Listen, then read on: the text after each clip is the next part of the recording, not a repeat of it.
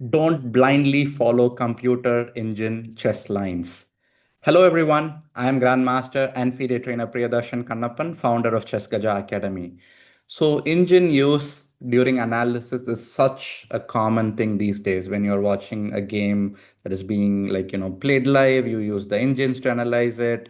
Let's say after you complete a game, you are inputting your game on your database and running the engine quickly on your phone and analyzing it, or on your laptop or tablet and analyzing it. This is what more or less everyone does, irrespective of their level, be it an absolute amateur player or even stronger players.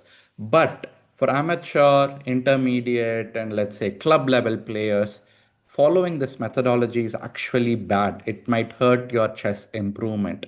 The reason is, engine strength is like basically 3000 plus FIDE rating. So if you are a club player, you're an amateur, you're an, let's say, a hobby player, your rating is going to be anywhere between, let's say, like 500 to 1500, something like this.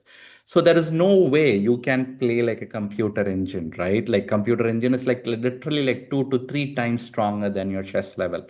So every move that you play, the computer is going to say there was a better move that you could have played, and it's going to be very demotivating where every time you see, oh, I played a mistake, and the computer is suggesting another move. Literally every single move if this happens.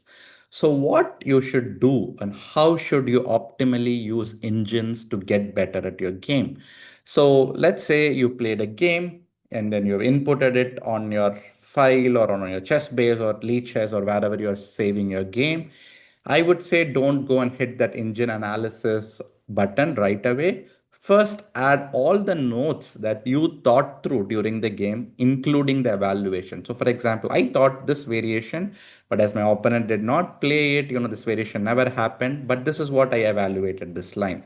And then, so this way you're building, like recreating all the analysis you made on the game into that particular game database or file. And then what you're going to do is you're going to compare your analysis with the engine and try to see like what you analyzed and is your evaluation right.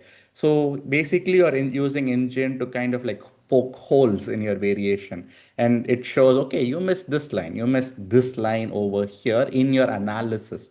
So this way you are building the first layer of evaluation and analysis, and on top of it the engine is giving its feedback. So this is a much more a better approach than directly blindless, just like blindfoldedly following the engine. Because if you blindfoldedly follow what the engine says, you won't understand why it is suggesting a particular move. You have to really understand the logic of the move for you to convince yourself to play the same move if, let's say, the position happens on a next game that you play. Because if theoretically knowing a lot of things is easy, but practically it's a completely different game. For example, let's say you learn how to swim by reading a swimming book, a book on swimming. But can you practically do it just by the theoretical knowledge? Not at all. It's going to be completely different. Same logic, I would say. So when you are using engine, use it the right way if you are in a beginner or an intermediate level player, and it's going to really help you a lot. And the right way is you should analyze first and ask the engine to evaluate and judge on your evaluations, and not directly put the engine to evaluate the lines on behalf of you. I hope this tip really helps you in your chess journey. So if you do like this video, give a like to this particular video, subscribe to the channel, and, share it with your friends so that they can also use the engine properly in their chess improvement journey. Thank you, everyone.